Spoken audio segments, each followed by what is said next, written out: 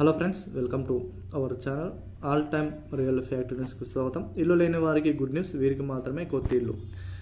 ఆంధ్రప్రదేశ్ రాష్ట్ర ప్రజలకు రాష్ట్ర ప్రభుత్వం మీద ఒక గుడ్ న్యూస్ అయితే తీసుకురావడం జరిగింది. వీటికి సంబంధించిన వివరాలు మీకు తెలుసుకోవాలనుకుంటే వీడియోని ఇక్కడ స్కిప్ చేయకుండా ఎన్ని వరకు చూడండి. అదేవిధంగా ఫస్ట్ టైం చూస్తే సబ్స్క్రైబ్ చేసుకోండి, లైక్ పెట్టండి, అందరూ కూడా వీడియో షేర్ చేయడానికి ప్రయత్నించండి. ఈ వివరాలకి కూడా ఒకసారి వెళ్ళిపోయినట్టయితే ఇల్లు లేని వారికి గుడ్ న్యూస్ అనేది రాష్ట్ర ప్రభుత్వం మీద తీసుకురావడం జరిగింది.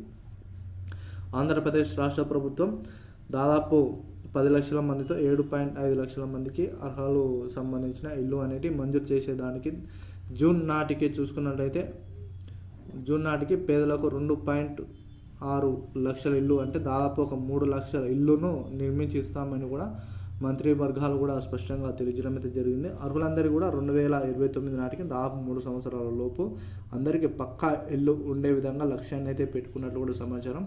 వీటితో పాటు ఇళ్ల స్థలాలు కూడా అందజేయాలని కూడా ప్రభుత్వం అయితే లక్ష్యమని మంత్రి పాదసారథి గారు స్పష్టంగా తెలియజేయడం అయితే జరిగింది. జూన్ నాటికి దాదాపు 3 లక్షల ఇళ్లను పూర్తి చేస్తున్నట్లు సమాచారం అయితే వారు ఇవ్వడం అయితే జరిగింది.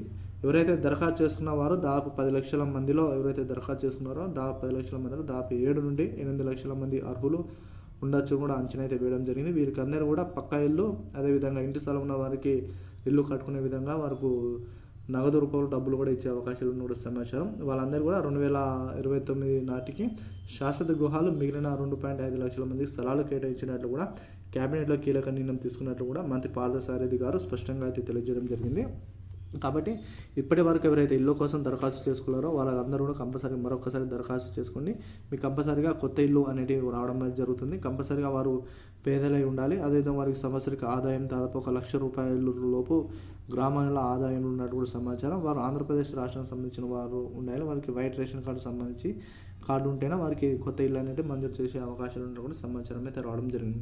ఇక ఇవి ఇళ్ళకి సంబంధించి పూర్తి సమాచారం కోసం తెలుసుకోవాలనుకుంటే మరి ఎక్కడికి వెళ్ళి దరఖాస్తు చేసుకోవాలి, మరి కావాల్సిన డాక్యుమెంట్స్ ఏంటి, ఇవన్నీ కూడా మీకు మరొక వీడియోలో పూర్తి వివరాలు అందించడం అయితే జరుగుతుంది. మరొక వీడియో కోసం మన ఛానల్ ఇప్పుడు లైక్ కొట్టి కామెంట్ చేసి బెల్ ఐకాన్ గంటను ఆన్ పెట్టుకోండి.